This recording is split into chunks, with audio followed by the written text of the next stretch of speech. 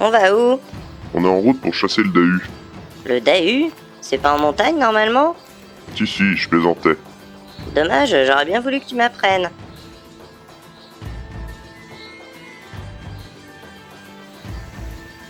Ça fait 1 heure qu'on marche, on arrive bientôt? Je sais pas, fais pas l'enfant.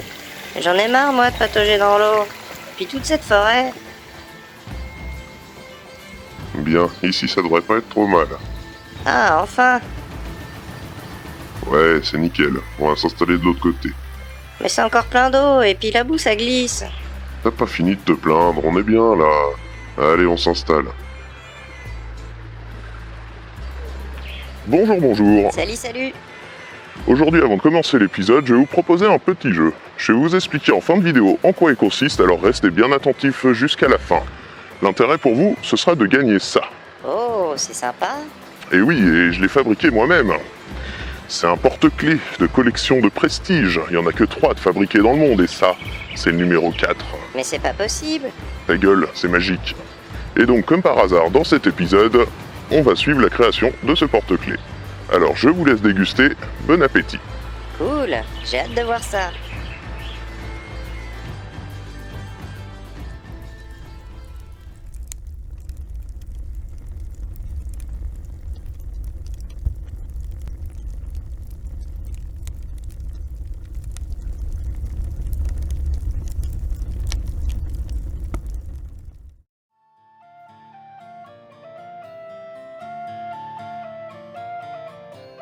Bonjour. Salut! Aujourd'hui, je vais te laisser deviner ce qu'on va faire.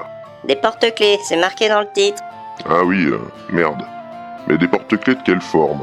Ah bah ça j'en sais rien. Eh ben, tu me diras dès que tu le devines. Donc, je vais commencer par faire un essai. Je pars d'une barre plate d'environ 1 cm de large et je vais commencer par former une pointe plate, plutôt effilée. Ce sera important pour la suite. Et là, tu l'as rétréci? Non, elle a formé une petite bavure au bout. Pour éviter de finir avec 2 pointes, je les renfonce. Bon, je finis de lui donner la forme que je veux et on va passer à la suite. C'est une tranche, c'est ça? Et non, une tranche c'est un angle net pour couper le métal. Ça c'est un dégorgeoir, c'est arrondi. Tu te souviens du principe d'étirer un carré sur la bigorne? C'était pour forger par-dessous et aller plus vite, c'est ça? Un conseil du maître. Brrr. C'est ça, bah là c'est pareil, comme une bigorne en plus petit qui permet de... Bigorné?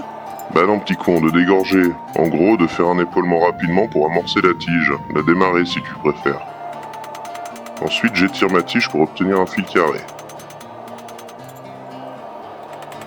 On dirait que tu fais un pic, j'ai bon? Ça y ressemble pour l'instant, mais tu vas bientôt comprendre. Enfin, j'espère. Une fois que la tige me convient, je vais étirer le pic sur la largeur. Je l'avais formé un peu effilé au départ en sachant que l'angle au bout allait s'ouvrir un peu. Mais comme je veux pas qu'il s'ouvre trop, je finis d'écraser la pointe en l'étirant un peu sur la longueur. Et là, j'ai une épaisseur régulière partout, mais pour bien mettre à plat, je change de marteau, ça fera plus propre. J'adapte aussi l'épaisseur de ma tige pour qu'elle fasse une chute régulière avec le motif que j'ai écrasé. Tu vois toujours pas ce que c'est? Ah si, ça y est, c'est un spermatozoïde. Mais, imbécile. En même temps... Non, andouille, c'est juste une feuille. T'as vraiment été fini à la... À la quoi? Rien, je continue. J'ai monté la tranche sur l'étau, à ton avis, je vais faire quoi? Tranché? Oui, je vais trancher, tu risques d'y perdre la tête. Eh, on voit pas quand tu tranches. Ah zut, toujours pareil, j'ai oublié de bouger la caméra. Tant pis, on a déjà vu ça. C'est dommage quand même. Bah si tu savais te servir de tes 2 mains gauches équipées qu'avec des pouces en mousse, je pourrais te confier au moins le cadrage. Malheureusement, je me sens très seul quand t'es là. T'es en train de finir la tige? C'est ça. Ensuite, je vais tester un truc sympa. Tu verras. Ah, c'est quoi? Tu verras, je te dis. Ok. Voilà, ma tige est presque finie d'affiner.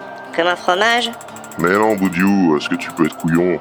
Allongé si tu préfères, et me dis pas pour dormir ou je t'en colle une. Tu m'imites vachement bien, dis donc. Ouais, j'ai l'habitude. Donc ça y est, je me prépare à coincer la feuille dans l'étau, regarde bien.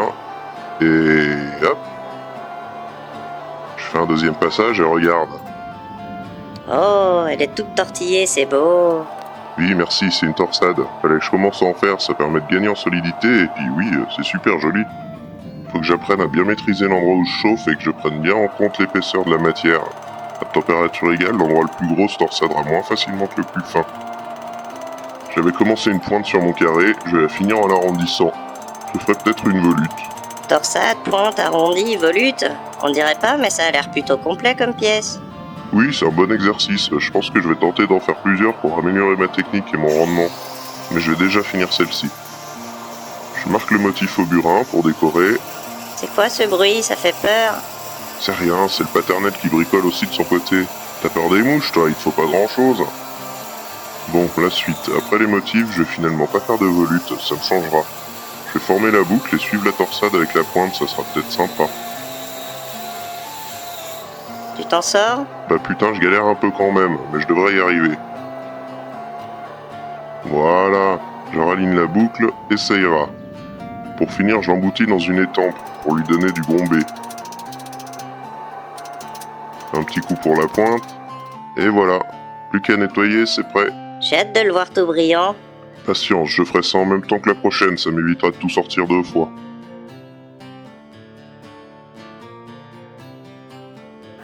Maintenant que j'ai testé, je pense que j'ai fait assez d'essais. Eh Ah ouais, tu ailes? Bah oui, mais la chèvre, elle belle. Oui, et toi aussi. Back in blague à part, la première feuille était bien trop grande pour un porte-clés, mais à partir de ça, je peux visualiser ce qu'il me faut en matière pour arriver à une meilleure taille. Tu progresses en déplacement de la matière? En un seul essai? Bah, je suis pas doué en soudure, mais je me démerde pas trop mal en forge. J'ai encore besoin d'apprendre beaucoup de techniques et de m'entraîner dans la pratique, mais je trouve que la joaillerie m'a donné des bases assez solides. Alors du coup, pour celle-ci, je vais former ma pointe un peu plus effilée et la dégorger plus court. Avec ça, elle devrait être plus petite et mieux proportionnée. Je travaille déjà plus rapidement que pour la première. Et au final, c'est bien d'en faire plusieurs? Bah oui, ça permet d'approfondir les gestes et d'optimiser les étapes de fabrication. Et avec un geste plus sûr, je suis plus précis et je peaufine bien mieux ma pièce. Tu fais quoi là? Je finis mon carré et je fais une pointe ronde, ça se voit pas? Bah non, on voit rien, c'est tout noir. Eh merde, la caméra s'est pas relancée. Tiens, en attendant, va me chercher un câble Wi-Fi dans le garage. Un câble Wi-Fi? Ok, j'y vais. Bordel, ce qu'il faut pas faire pour avoir la paix de minutes. Voilà, c'est reparti. Je me demande ce qu'il va me ramener. Bonjour, vous pourriez me dire où je peux trouver un câble Wi-Fi? Eh, je t'ai pas dit d'emmerder le paternel quand il bosse. Bah oui, mais je sais même pas à quoi ça ressemble, moi, un câble Wi-Fi. Un câble Wi-Fi. Arrête de chercher et réfléchis, petit con. Pourquoi? Y a quoi de drôle? Rien, tu comprendras un jour. Je ferai une série rien que pour toi. Oh, t'as encore fait une torsade. Oui, elle est réussie, je suis bien content. Et maintenant?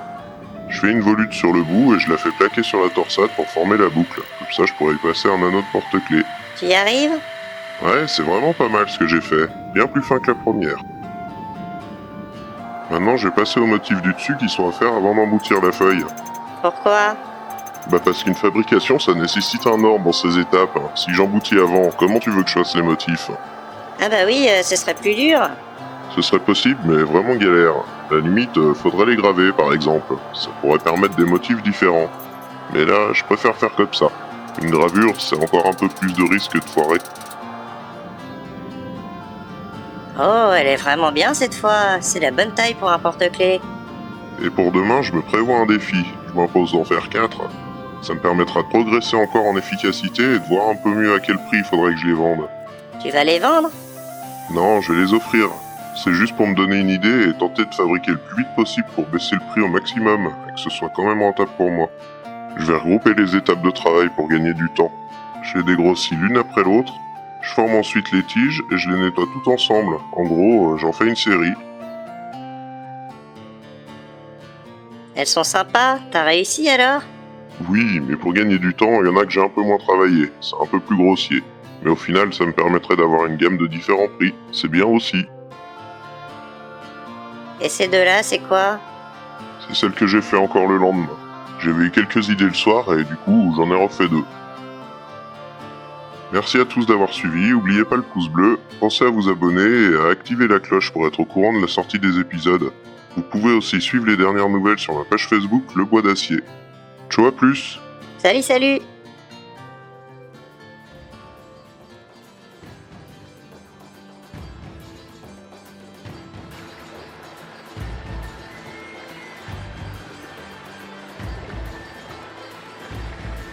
Ah, vous revoilà. Je vais vous expliquer les règles de mon petit jeu. Je vais vous poser une question et pour participer, vous devrez partager la publication que je mettrai sur ma page Facebook. Je vous mets le lien en description, juste là, en dessous. Sur les smartphones, il suffit de typer sur le nom et la description va se dérouler. Ah, c'est comme ça qu'on fait. Bah t'es encore là, toi? Oui. D'accord, bon. Et pour me donner votre réponse, il vous suffira de m'envoyer un message privé. Et au cas où il y aurait des petits malins qui donnent la réponse en public, du genre de l'apprenti qui comprend jamais rien, dans le message privé, je vous poserai une seconde question. Mais c'est pas vrai, tu l'as dit toi-même, je comprends vite. Oui, et aussi qu'il faut t'expliquer longtemps. Mais là, ferme-la, je suis en train de causer aux gens. Donc ensuite, parmi toutes les bonnes réponses, je ferai un tirage au sort dans la prochaine vidéo pour désigner le gagnant de ce magnifique lot prestigieux de grande valeur. Ce qui veut dire que le jeu se terminera quand je tournerai la séquence du tirage au sort, c'est-à-dire d'ici 1 ou 2 semaines. Mais de toute façon, je ferai un post Facebook quand je déciderai de clore les réponses. En fait, c'est toi qui décides de tout? Oui, sauf les réponses et le tirage au sort. Bon, et puis si comme l'apprenti vous avez rien compris... Mais arrête de dire ça. Quoi, t'as compris? Non. Bon bah tu regarderas de nouveau et puis tu verras, c'est pas si dur. Maintenant la question est, quel groupe de musique ai-je cité dans cet épisode? T'as cité un groupe de musique? Oui, mais sous la forme d'un jeu de mots très fin et subtil. Te connaissant, ça m'étonnerait. Mais on s'en fout de ton avis, de toute façon t'es qu'un... Bah vas-y, dis-le. T'es qu'un apprenti, personne va t'écouter. Ah bah bravo la mentalité, t'as jamais été apprenti toi? Si, il y a longtemps et j'étais aussi nul que toi. Ah, tu vois. Les 2 premières semaines. Mais t'es pas sympa. Voilà, c'est tout, merci à tous, j'attends vos réponses. Ciao, à plus. C'est ça, ouais, salut. Bah tu pourrais être plus sympa. Un peu comme toi? Oui, mais c'est ta faute, tu fais chier, on est en train de tourner là, tu dis n'importe quoi.